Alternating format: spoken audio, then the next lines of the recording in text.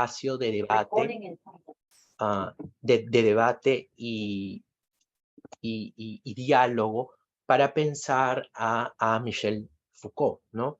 Que sin duda es uno de los más importantes filósofos y pensadores de los estudios contemporáneos, ¿no? Más allá de que una persona esté de acuerdo o no con aquello que dice, Foucault ha presentado siempre una panorámica, una demanda, un conjunto de reflexiones que han motivado siempre un diálogo fructífero, ¿no? Entonces, este espacio constituido aquí lo veo o lo entiendo como un espacio de diálogo, ¿no? Cuyo título además termina siendo inmenso, y yo voy a tratar de centrar algunas reflexiones particulares, ¿no? Sobre el pensamiento de Foucault. Si ustedes observan el título de la sesión de hoy, es Foucault y su legado, cómo su pensamiento sigue siendo relevante hoy en día. Y por supuesto sería imposible abarcar la obra de Foucault, que es abundante y rica y compleja, en una exposición de media hora o 40 minutos, ¿no? Sin embargo, yo quiero imprimir aquí cierto carácter interpretativo sobre la obra de Foucault. En el contexto, en primer lugar, de sus 40 años, ¿no? El próximo año, Foucault se conmemora, ¿no? Los 40 años de su muerte. Y claro, en ese sentido me interesa a mí plantear algunas ideas en borrador como una suerte de analítica reflexiva o de un análisis reflexivo sobre su obra y sus contribuciones, ¿no? Digamos, ese es el horizonte de lo que quiero decir hoy en día, hoy. Y en ese sentido no voy a detenerme en los detalles de la obra o de los textos en particular, por supuesto que dialogaré con sus principales contribuciones, pero mi interés es proporcionar una mirada panorámica desde mi punto de vista, ¿no? En ese sentido, me gustaría empezar planteando la siguiente pregunta: ¿por qué pensar junto a Michel Foucault? ¿No? ¿Por qué hacerlo? Quiero introducir dos reflexiones para que vean el estilo, ¿no? Para visibilizar el estilo del cual parto. Por un lado, para mí es importante reflexionar sobre cualquier autor o autora como si ellas y ellos fuesen síntomas, ¿no? Para mí esto es fundamental. Este planteamiento lo hago también a la luz y con el diálogo de la muerte del autor que Foucault recoge, ¿no? Y que va a profundizar a lo largo de su trabajo, ¿no? En ese sentido, creo que hay que afirmar que Foucault sintomatiza un conjunto de cambios y desplazamientos, ¿no? Y en ese sentido se transforma o se constituye en una constelación compuesta por un conjunto de movimientos, transformaciones y líneas de fuga de la época en la cual trabaja, ¿no? El contexto es Francia, es París del 60, ¿no? En donde hay un intenso debate, en donde el postestructuralismo se va a conformar o se está conformando y plantea una serie de, digamos, programas, ideas, reflexiones sobre diversas cosas, sobre la teoría del conocimiento, sobre la teoría de la subjetividad, sobre la corporalidad, sobre el poder, etcétera, etcétera, ¿no? Entonces, Foucault se instala en ese contexto. Creo que sería vano pensar en Michel Foucault como una isla, pero no solamente una isla, sino como si sus reflexiones fuesen producto de cierta genialidad, ¿no? Es un autor que sintomatiza un conjunto de eventos y de movimientos en la época. En ese sentido, hay que entender que Michel Foucault representa una convergencia de dos líneas en el acercamiento a la corposubjetividad, que es el tema sobre el cual me voy a centrar como su principal contribución, ¿no? Estas dos líneas están básicamente divididas así o planteadas así. La primera tiene que ver con las contribuciones del existencialismo y la fenomenología, ¿no? Ligada con el debate con Husserl, con Heidegger, Sartre, Merleau-Ponty, ¿no? Todos estos a partir de una relectura de Hegel. Y la segunda línea podría ser llamada de aquellos que practican la mirada de la sospecha, citando a Ricoeur, y que está integrada en una reflexión de largo aliento que, según Ricoeur, empieza con Nietzsche y que va cambiando, va transformándose, se va visibilizando y conformando a partir de las contribuciones de gente como Freud, Bataille, y en la cual se podrían integrar, por supuesto, personas como el mismo Foucault, Deleuze, Lyotard, Derrida, Nancy, ¿no? Miren, observen cómo Foucault, en tanto síntoma, se incorpora en estas dos líneas, ¿no? Y con cada una tiene una relación específica, ¿no? De cercanía y de lejanía, ¿no? Y claro, es en ese sentido, y tal como Foucault lo plantea, eh, es posible entender, digámoslo así, la acogida que su pensamiento tiene dentro de los círculos académicos, ¿no? Y por lo cual se transformó ya en su momento, cuando él estaba vivo, pero actualmente creo que mucho más en una referencia obligatoria en los distintos ámbitos de reflexión que, digamos, nos toca pensar, ¿no? Sus trabajos sobre la locura, la clínica, la sexualidad, la cárcel, el poder, la subjetividad, la corporalidad, en ese sentido se han transformado en una fuente inagotable de inspiración, ¿no? Entonces, es eso finalmente lo que marca y su forma de pensar lo que lo ubica en un objeto, ¿no? En un objeto de deseo, podríamos plantearlo así. Por otro lado, la segunda razón o la segunda forma sí, la segunda razón por la cual pensamos junto a Foucault es debido al conjunto de sus aportes, ¿no? Que configuran una mirada muy especial sobre algo que yo llamo corpo-subjetividad, ¿no?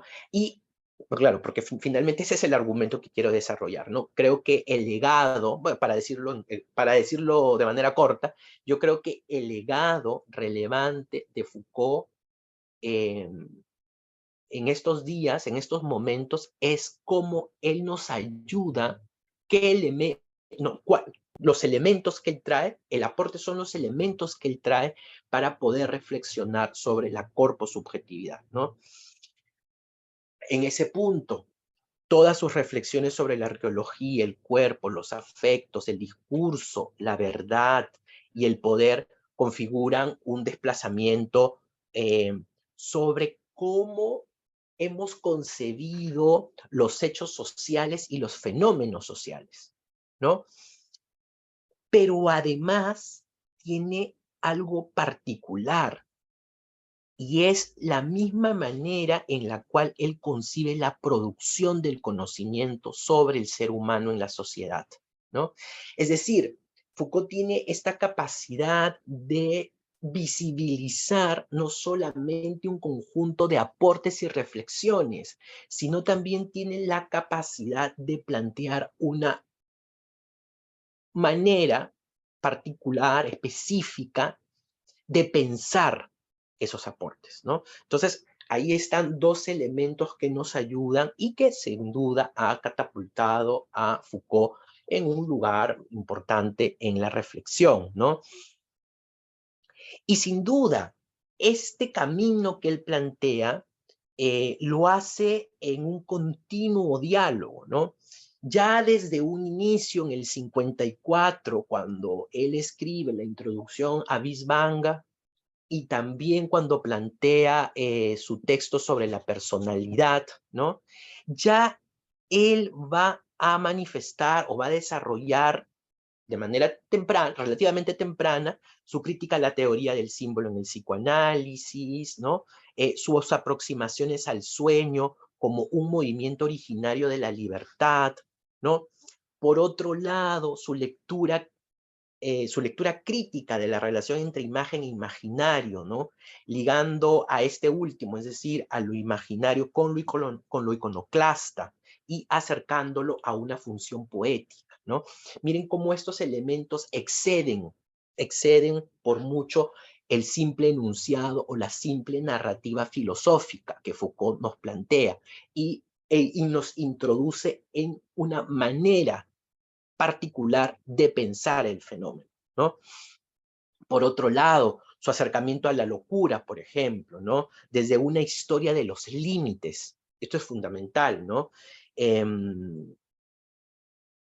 Que a su vez también llama arqueología del silencio, justamente para dar cuenta de un hecho, la locura, que había sido vista más bien desde una mirada más cerrada, ¿no? Menos rica, menos reflexiva, ¿no? Pero fíjense ahí cómo al introducir su análisis de la locura como una historia de los límites o una arqueología del silencio, permite concebir otro estatus, ¿no? Otro estatus de un fenómeno psíquico y social a la vez, ¿no? Entonces, claro, eh,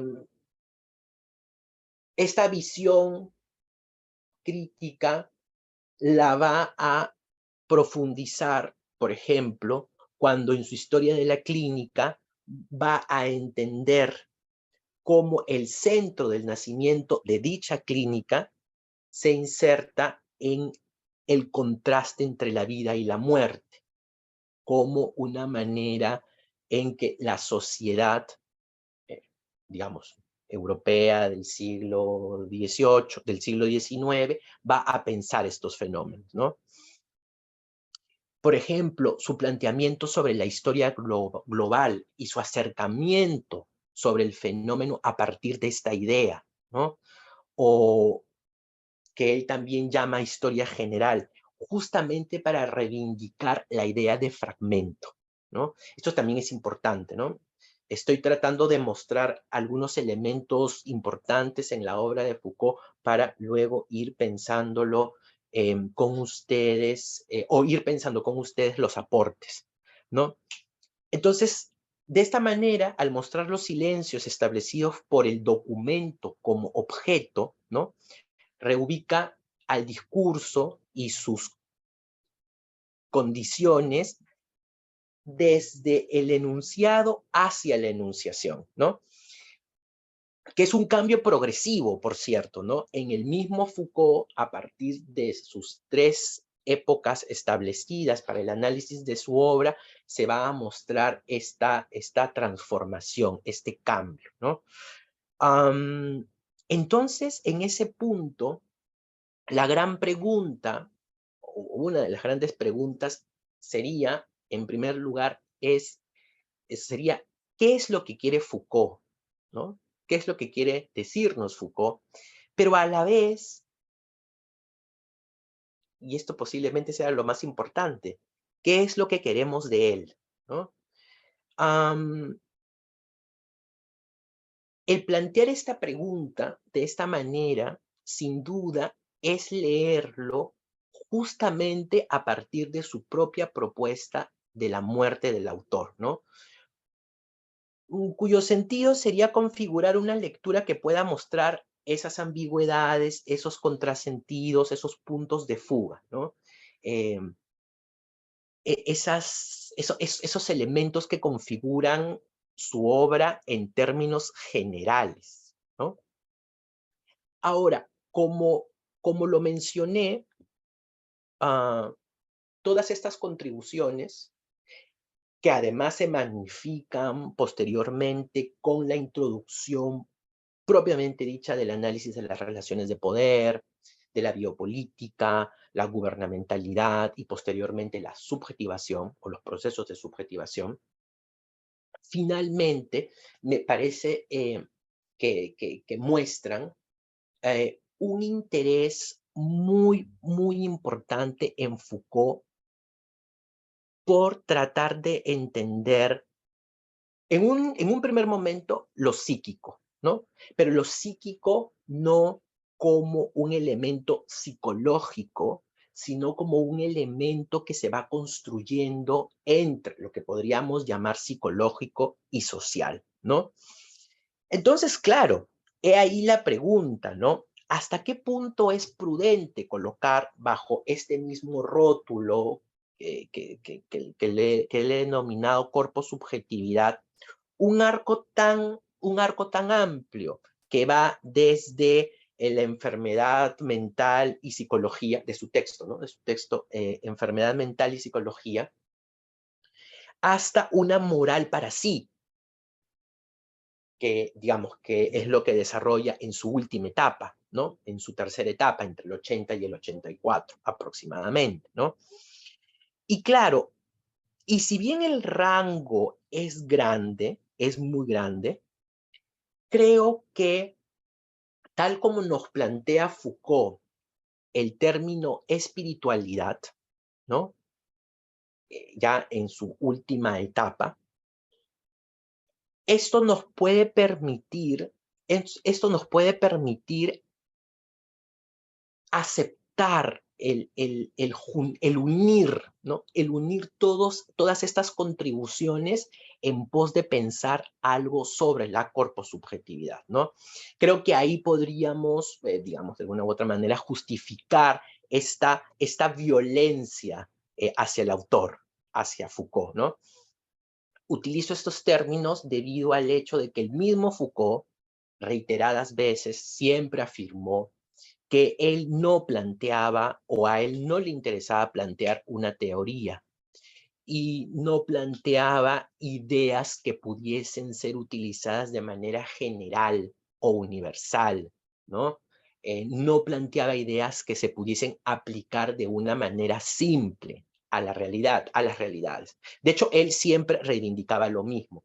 Sin embargo, sin duda, para el quehacer intelectual y para la reflexión, es importante de alguna u otra manera darle cierto sentido, ¿no?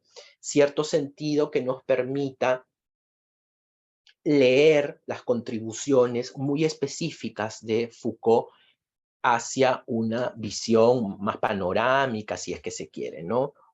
Una visión un poco más integrada, ¿no? En ese punto,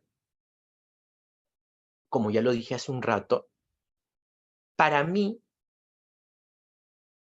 la principal contribución de Foucault es el brindarnos una comprensión de el proceso subjetivo, ¿no? De aquello que yo llamo corposubjetividad. Y claro, a la luz de sus 40 años de muerto, sin duda la subjetividad y en particular el proceso de subjetivación me parece que es el gran legado, su gran legado. Por un lado, al ver la sinuosidad, por llamarlo así, de su obra, me parece que Foucault revela una demanda compleja por comprender el lugar del sujeto en el mundo, ¿no? Toda su obra en general podría ser resumida por ese interés. Y sin duda ese interés no solamente es un acercamiento positivo u objetivo, sino, como lo han dicho diversos biógrafos, es una forma de comprender su propio lugar en el mundo, ¿no? Si uno analiza, por ejemplo, de manera comparativa los momentos biográficos de Foucault y su propia producción, este hecho se vuelve mucho más relevante. Ahora, evidentemente, la pregunta es cuál es su legado y en qué consiste. Y en ese sentido, la idea que hoy traigo para dialogar con ustedes es integrar esos fragmentos de los cuales Foucault nos habla de manera reiterativa, ¿no? En Historia de la locura, en Defender la sociedad, ¿no? Porque el fragmento es esa instancia del conocimiento al cual Michel Foucault apela continuamente, ¿no? Posiblemente no como categoría, sino como práctica reflexiva, ¿no? Y entonces creo que debo decir que no me interesa unir estos fragmentos, por decirlo así, para construir una visión integral, ¿no? Una visión cerrada, una visión que trate de constreñir la obra de Foucault, sino más bien con la intención de elaborar una caja de herramientas que ayuden a catalizar sus ideas, ¿no? Y de esta manera pro- proponerles también el propio ejercicio, ¿no? Sin duda, cada quien hará lo mismo, ¿no? Hará lo mismo con la obra de Foucault y en ese punto y en ese sentido, lo que voy a decir, ¿no? Lo que voy a decir es mi forma de entender la utilidad para mí, ¿no? Em, creo yo que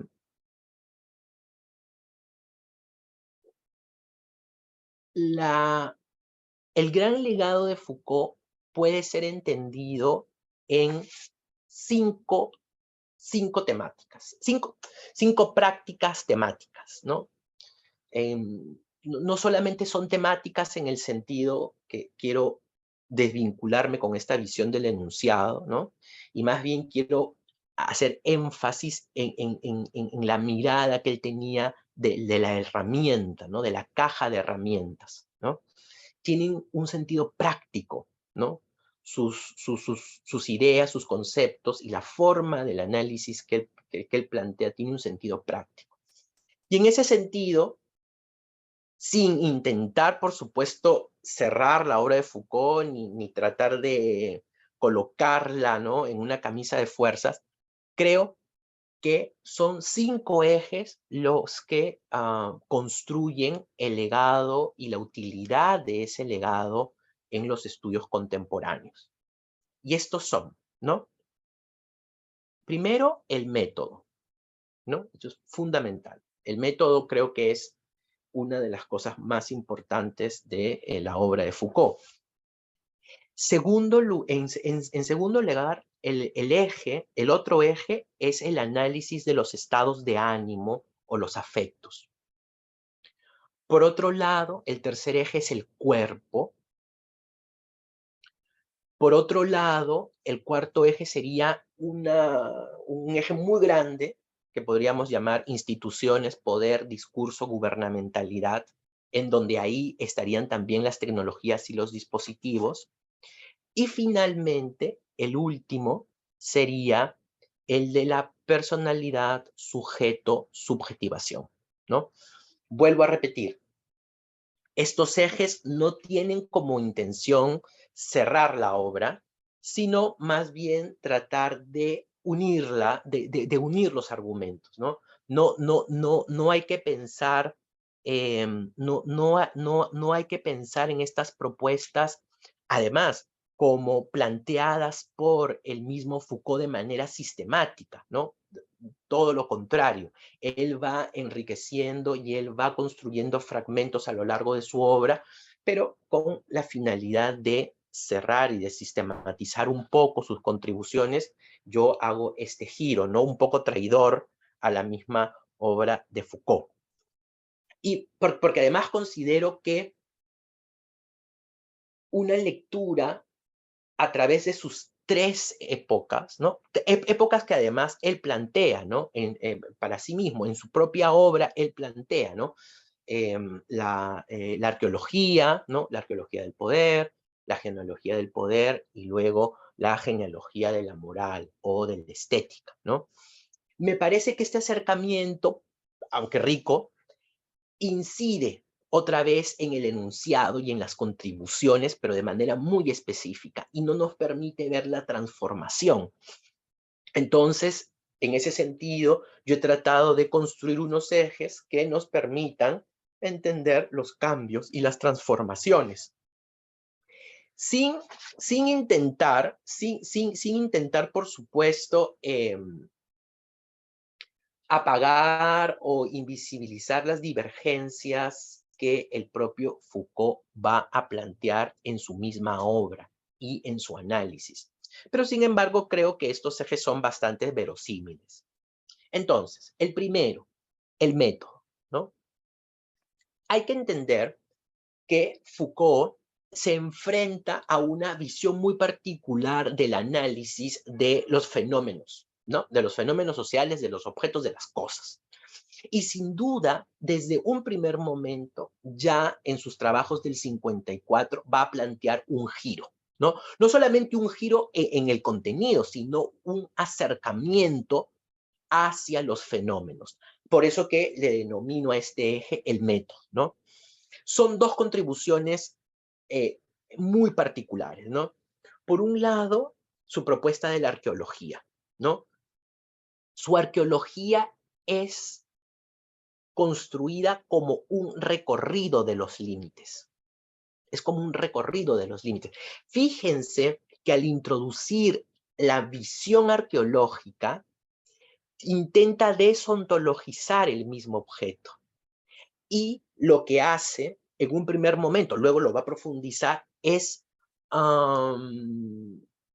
introducir la importancia de los procesos sociales para entender el objeto no como un ente en sí mismo o una esencia en sí misma, sino más bien como resultado de la introducción de un conjunto de elementos sociales que él llamará tecnologías o dispositivos. De esta manera, años después, aproximadamente en el 68 y el 70, en donde, en donde da su conferencia El orden del discurso, va a plantear con mayor claridad este recurso metodológico, ¿no? Varias cosas particulares. Por un lado, la muerte del hombre. Por otro lado, la muerte del autor y el objeto como una formación discursiva. Fíjense que su construcción nominalista del objeto de estudio es fundamental, porque permite, de alguna u otra manera, sacudir un conjunto de corazas e introducir analíticamente otra perspectiva. Una perspectiva que nos va a hablar sobre los recorridos genealógicos y las conformaciones del poder, tanto en una primera etapa como en una tanto en una primera como en una segunda etapa. Y en una tercera etapa va a revelar un aspecto que es crucial y es el centro del debate, y es cómo se conforman los procesos de subjetivación. Fíjense que no hubiera sido posible entender al sujeto como un proceso de subjetivación si es que no se desmontaban estos, digamos, estos aspectos de una perspectiva positivista, ¿no? Entonces, fíjense cómo la contribución de Foucault en ese sentido es, como él mismo lo dice, asentar una perspectiva nominalista, ¿no? Que luego va a revelar una mirada material, una mirada materialista del objeto de análisis. No materialista en el sentido digamos, tradicional en el que se entiende el debate entre el marxismo, ¿no? y las otras corrientes que estaban en boga en la época de Foucault, sino un materialismo inserto en las formaciones discursivas, lo que hace que Foucault de alguna u otra manera pueda escapar a visiones explicativas monocausales o que se centren en una visión más desde la infraestructura, ¿no?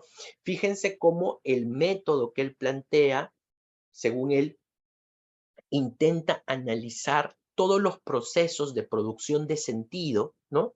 A partir de la interacción entre las dimensiones y los niveles, ¿no? Abiertos, completamente abiertos, ¿no? Por otro lado, ¿no? Esto con respecto al método, ¿no? Ahora, con respecto a los estados de ánimo, um, su contribución, um, por un lado, debido justamente a esta mirada relativamente novedosa, este, recordemos que en esa época Lacan ya había planteado varios argumentos, ¿no? En otro orden, ¿no? En el orden del análisis, ¿no? Del psicoanálisis. Merleau-Ponty lo había hecho con respecto a la misma percepción y a la misma conformación de la producción del conocimiento del ser humano. Foucault va a recuperar eso, pero desde un inicio, al introducir la locura como un primer objeto de análisis, va a transformar nuestro acercamiento de la subjetividad. Fíjense que ya para Foucault, el análisis de la subjetividad ya no tiene que ver del todo con con el estudio de un ideal, sino más bien con el estudio de un conjunto de prácticas que van a producir estados de ánimo. El primer ejemplo, ¿no?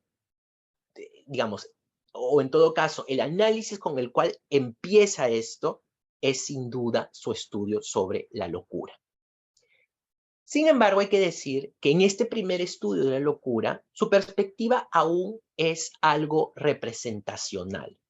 Es decir, la locura aún se ubica explicativamente como resultado de un conjunto de estructuras que van a replicar o van a generar una representación. Y esta representación en su obra él encuentra, por supuesto, en el arte, en la filosofía, pero también en los archivos, ¿no? Y en cada uno de los productos culturales que él va a analizar, ¿no? Sin embargo, el giro ya está ahí.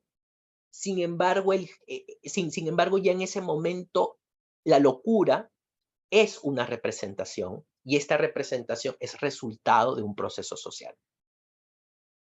Tendremos que esperar a al segundo momento de su obra, La genealogía del poder, en donde él ya no va a plantear los estados de ánimo solo como efecto de la representación, sino más bien lo va a plantear como un dispositivo, como una tecnología. El gran ejemplo es el placer, cuando él lo plantea así en su historia de la sexualidad, en el primer tomo de la historia de la sexualidad, la voluntad del saber. Fíjense que esta obra no puede ser leída tampoco de manera desvinculada, porque ya en el primer seminario, que lleva el mismo título, La voluntad del saber, en el 71, él ya plantea ese giro, ¿no? Ese giro del análisis de los afectos como una manera de dispositivo, ¿no? Entonces, claro, fíjense cómo la explicación pasa a otro orden. Los ánimos, los afectos son resultado de relaciones de poder, ¿no? Las relaciones de poder aquí terminan siendo como la categoría, el concepto, la idea que va a especificar aquello que llamamos procesos sociales. Sin embargo, sin duda, en este momento, y según la crítica de muchísimos autores y autoras, el dispositivo pareciera cubrir todas las demandas explicativas, ¿no? Michel de Certeau hace una crítica muy atinada, ¿no? En donde, por supuesto, pareciera que el dispositivo llega a cubrir todo y, por tanto, las relaciones de poder parecieran tener una omnipresencia, ¿no?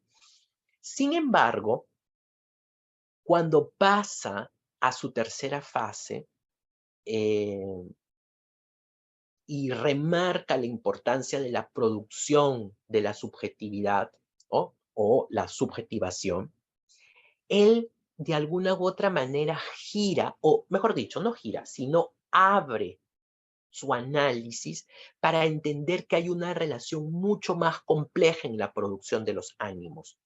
Yo aquí les voy a traer el ejemplo de la afrodisia, ¿no? Dentro de su propuesta del cultivo de sí, que es, digamos, es uno de los ejemplos que seguirían la continuidad de su análisis, ¿no? Aquí la afrodisia ya no es solamente la imposición de un dispositivo o la aparición o el surgimiento de un dispositivo, sino que introduce la capacidad que tienen las personas, los sujetos, para ir combinando uno y otro lado, ¿no? No es casual, creo yo, bueno, esto también depende del debate aquí que se puede, ¿no? Que se puede plantear. No es casual que toda la tercera época, toda la tercera fase de Foucault, él haya vuelto hacia los estudios grecolatinos para poder entender la producción de esa manera, ¿no? De las emociones.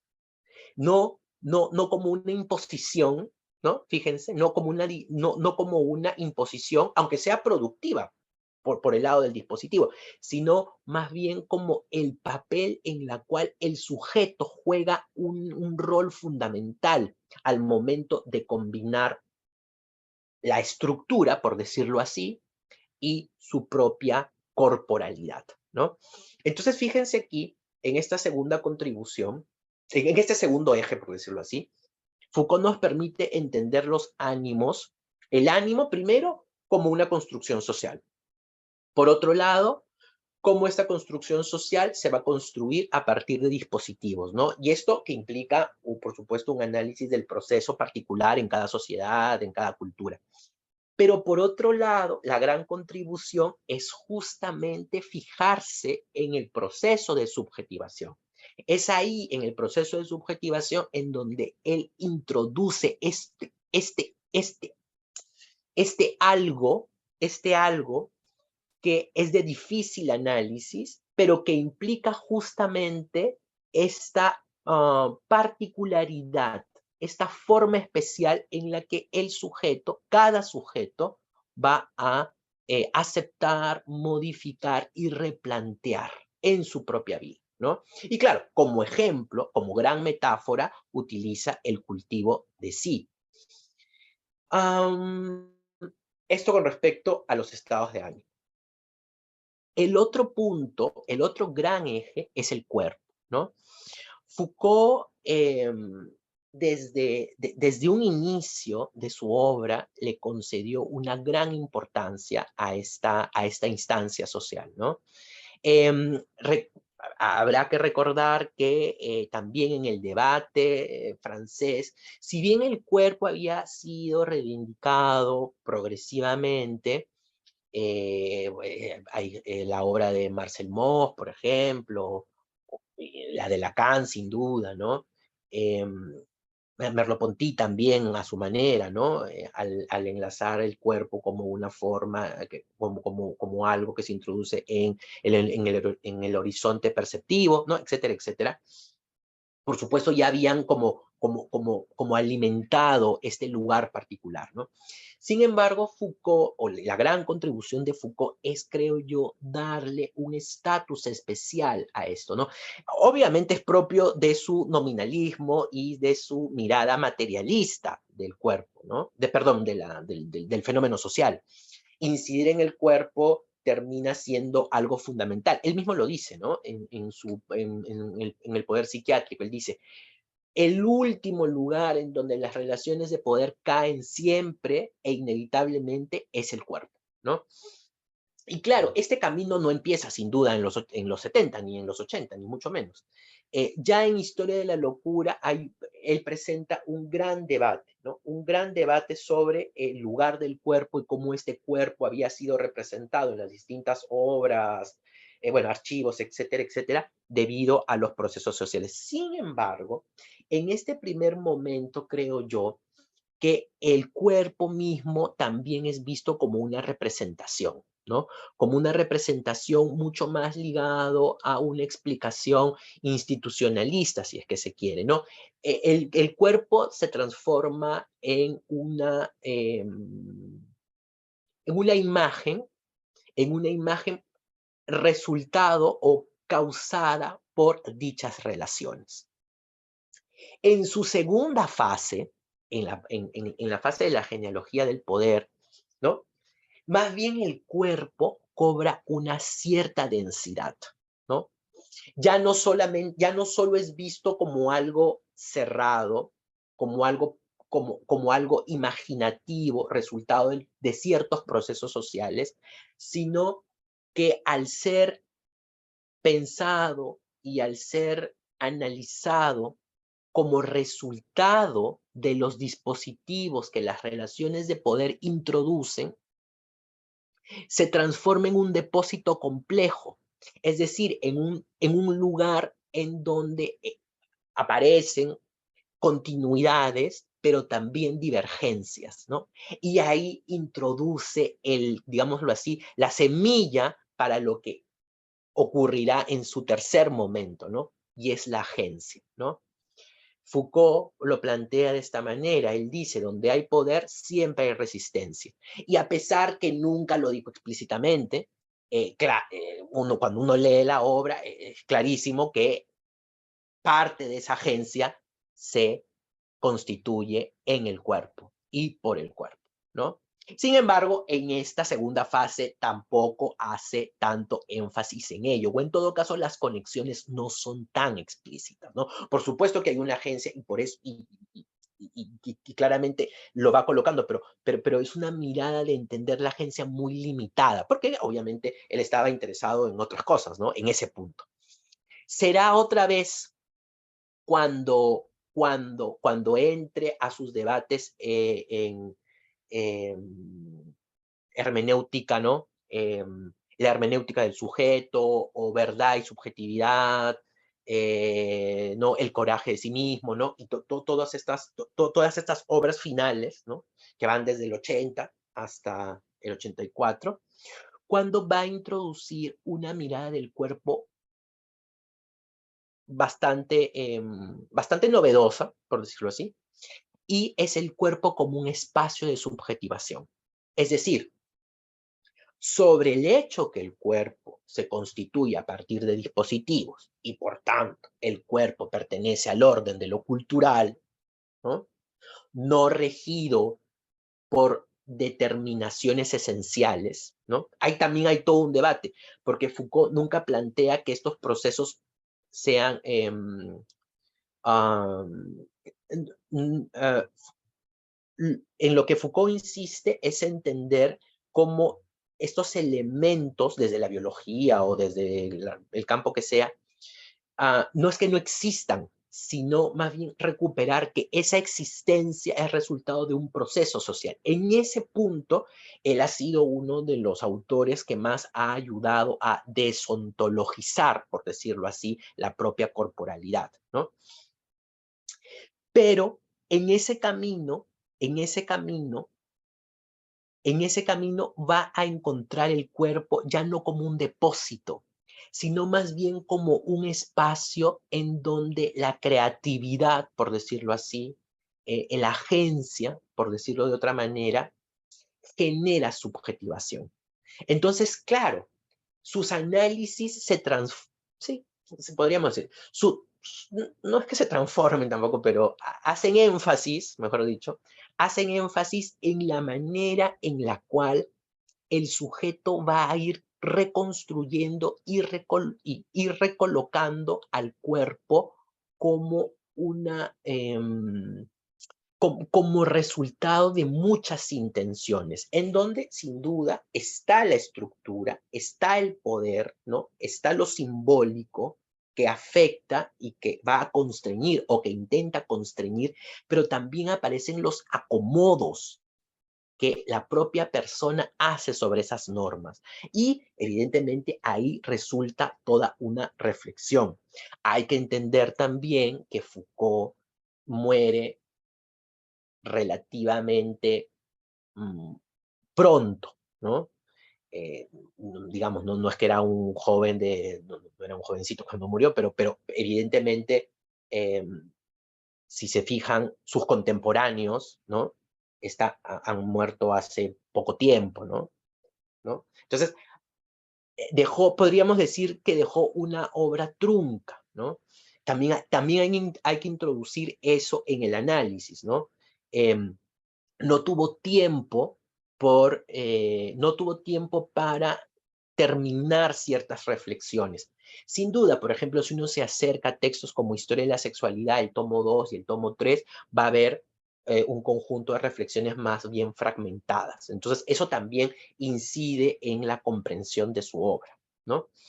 Ahora, el cuarto punto, este eje instituciones, poder, discurso y gubernamentalidad, que sin duda es por más una de las, por más una de las contribuciones por el cual es más leído, más reconocido, ¿no? Etcétera, etcétera, ¿no? Y que, y que empieza también en Historia de la Locura, ¿no? Pero es un acercamiento muy parco el que él tiene en Historia de la Locura sobre el poder. Por supuesto que lo sobreentiende y tiene párrafos y tiene partes bastante interesantes sobre el hecho de que la locura se instala en los cuerpos a partir de relaciones de poder o lo que él llamaría poder. Fíjense que aún en ese momento no lo llama relaciones de poder, sino poder, ¿no? Entonces, claro, presenta una visión mucho más rígida, ¿no? Del poder y de alguna u otra manera es un término que él supone mucho, ¿no? No es un término que él vaya en esa época a desarrollar o a construir una visión crítica. Será ya en la segunda fase en donde el poder se transforma primero en resultado de las relaciones, ¿no?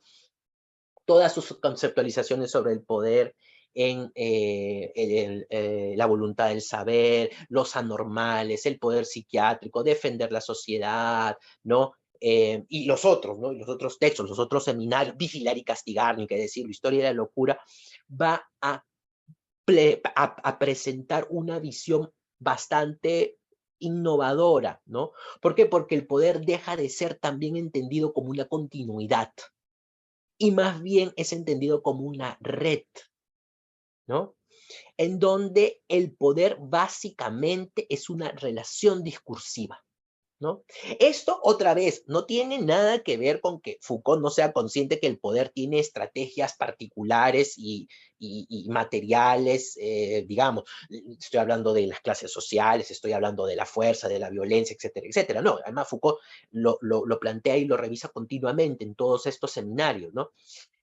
Pero en donde él incide a partir, por ejemplo, de su metáfora de la guerra, en replantear, ¿no? Estas relaciones de poder como algo que se van entretejiendo continuamente a lo largo de la sociedad, ¿no? De ahí ideas como, por ejemplo, la microfísica del poder, ¿no? La idea de las tecnologías o los dispositivos. Fíjense ustedes que el concepto de dispositivo resulta crucial en toda su obra, debido a que nos permite pensar cómo la subjetividad se constituye a partir de esos, vamos a decir, pequeños brazos, ¿no? Pequeñas herramientas y que no pertenece a un orden total, a un orden totalizante, a un orden cerrado, sino que se constituye a partir de estas relaciones específicas. Eso, otra vez, esa visión desarrollada en esta época, permitirá que el centro de su debate, al final, ¿no? En la última época de su vida, sea el de la subjetivación. Miren aquí lo importante de la obra, porque claro, en la tercera fase, el poder sigue siendo una fuerza fundamental, pero también es releído. Entonces, en la imposición de las relaciones de poder aparece la subjetivación, aparece esa capacidad del ser humano por replantear aquello que es inevitable, ¿no? Aquí lo inevitable, por supuesto, es que el poder y el dispositivo capturen nuestro cuerpo. Eso es lo inevitable. Sin embargo, en ese carácter de inevitable hay un conjunto de contribuciones, hay un conjunto de posibilidades, aunque sean mínimas, en donde la subjetivación va a colocar las relaciones de poder en otro lugar, ¿no?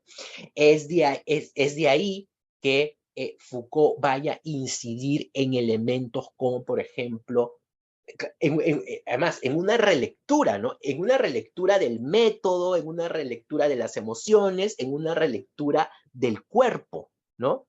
Va a transformar su visión y su planteamiento de cada uno de estos ejes, dando, planteando o reajustando, mejor dicho, ¿no? Reajustando este carácter nominalista de las relaciones de poder, ¿no? Fíjense que si bien ya Foucault en su segunda etapa había dejado de pensar el poder desde la institución social y más bien lo había introducido dentro de las relaciones del discurso, aquí las relaciones del discurso se difuminan en la producción del sujeto. Lamentablemente, como ya mencioné, Foucault nunca llegó a plantear cómo se realizaría ese proceso, ¿no? Por supuesto, dio algunas ideas importantes, ¿no? Por ejemplo, como en su categoría de parresía, ¿no? Que es el decir verdadero, ¿no? Eh, eh,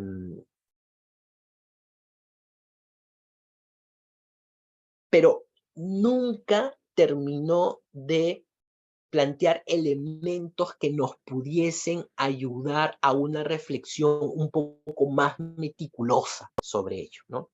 Es por eso que el último eje, quiero plantearles, es el de la personalidad sujeto-subjetivación, que de alguna u otra manera me interesaría presentarlo como la expresión más importante, pero que está concatenada con los otros ejes.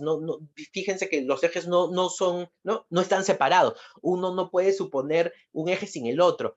Claro, aquí yo los he separado, pero por una simple, digamos, para construir una mirada analítica, ¿no? Que nos ayude a clasificar y que nos ayude a entender las contribuciones de manera más específica. Pero en general, cuando uno lee la obra de Foucault, todo está junto, ¿no? Todo está en un mismo lugar y a partir de un objeto de análisis eh, termina mostrando digamos, estos niveles, estas dimensiones, ¿no?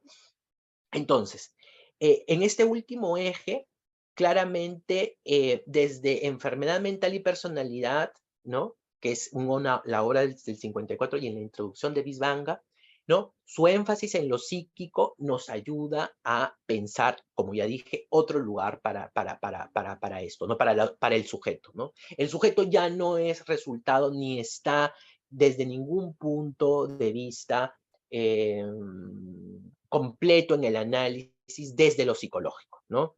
No solamente desde lo psicológico, sino desde la fenomenología, incluso desde el psicoanálisis, ¿no? Él ya está redimensionando el sujeto, ¿no? Hay algo más que del sujeto no se ha dicho que lo que va a plantear en estas dos obras.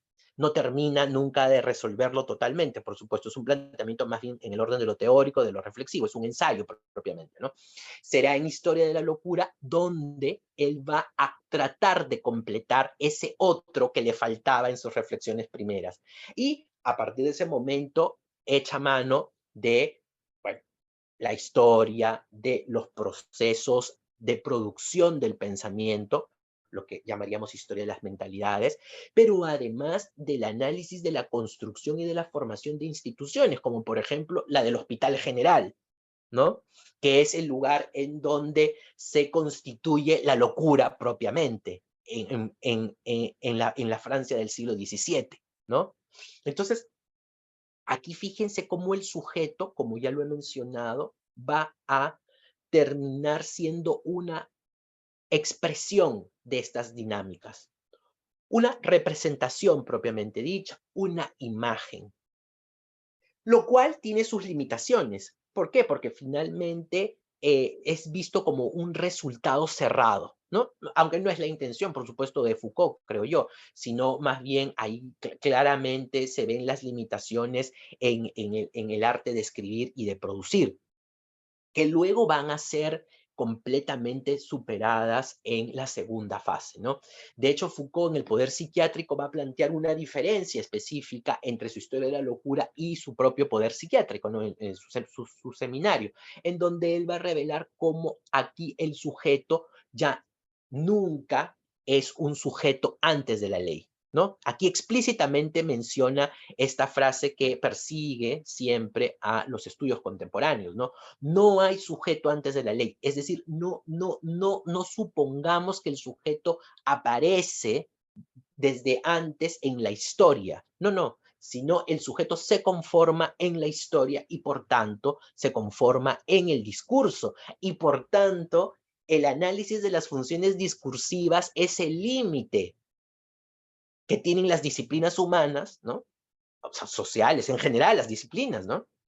Para entender la producción de dicho sujeto, ¿no? Es ahí en donde a partir de su reutilización de términos como dispositivo o tecnología, ¿no? Biopolítica, gubernamentalidad, etcétera, etcétera, etcétera, va a replantear un análisis sobre la historia de la subjetividad, ¿no? Sin duda, aquí otra vez habrá que decir que esta historia de la subjetividad planteada en esta segunda fase está mucho más ligada a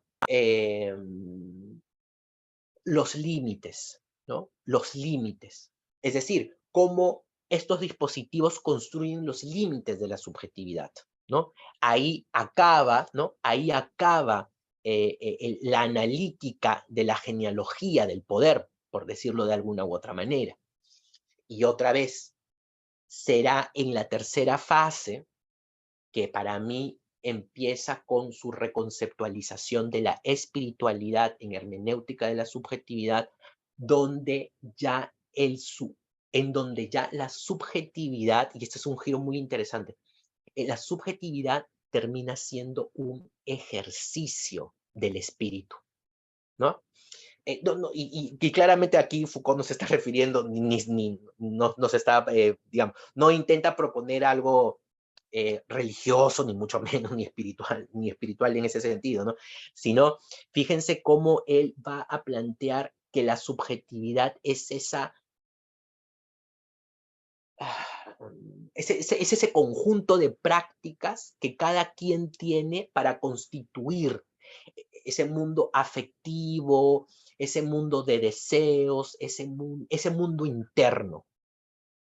Y es en ese momento en donde Foucault es capaz, ya viendo, digamos, lo que viene, ¿no?, de su obra, de introducir o de fijarse, porque aquí su mirada analítica va a cambiar, ¿no?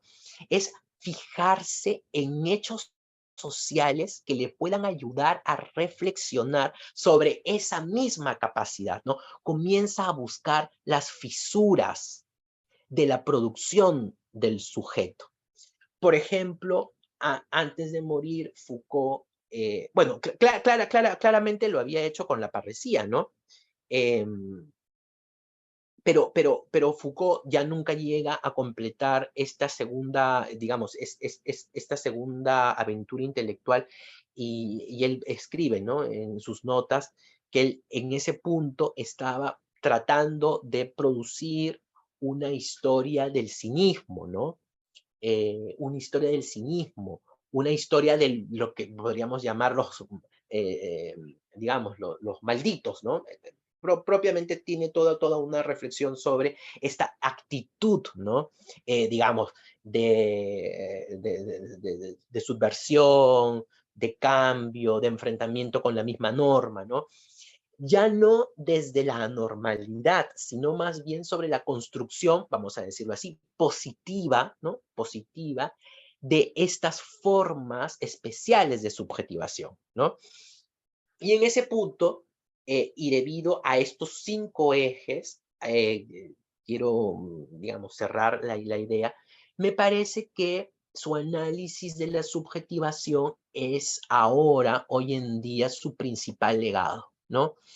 A pesar de que no haya, digamos, construido una obra, sobre todo en esta última fase, que nos permita hacer continuidades sobre elementos y las relaciones entre esos elementos, toda su obra se dirige a pensar al sujeto en el mundo, ¿no? Y cómo se incorpora y cómo lo comprendemos y cómo los campos, además, cómo los campos de saber comprenden al sujeto, pero cómo se puede entender el desarrollo, la transformación y la constitución de esta subjetividad, ¿no?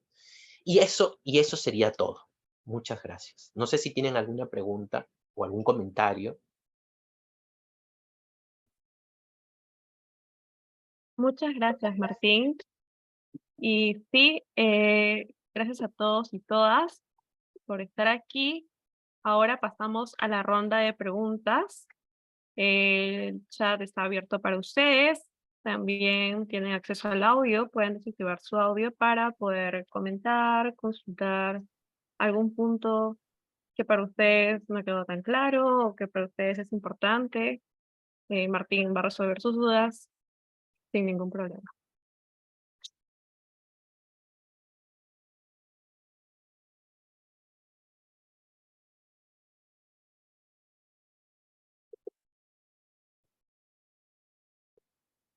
Y si de momento quizás no tengan alguna consulta o duda, eh, procedemos a compartir la información del próximo curso que Formación Continua va a estar iniciando. Es el de la genealogía de la ética en Michel Foucault. Este curso estará desarrollándose desde el 22 de mayo al 2 de julio. El curso va a contar con 16 horas académicas. La modalidad va a ser totalmente virtual a través de Zoom y las reuniones van a ser todos los martes de 7 a 9 de la noche. El cierre de inscripciones es este 19 de mayo y para mayor información pueden escribirnos al correo de formación continua, formación.continua@war.pe o al celular y WhatsApp de nuestras compañeras asesoras al 936-808-757. Así que los y las invitamos y si es que no hubiera alguna consulta o duda de las fechas o a partir de la exposición que nos ha dado Martín, eso sería todo de nuestra parte y quedamos atentos a sus comunicaciones. Muchas gracias, Martín, Muchas y muchas gracias gracias. a todos y a todos y todas por estar aquí. Un abrazo, buenas noches. Hasta luego.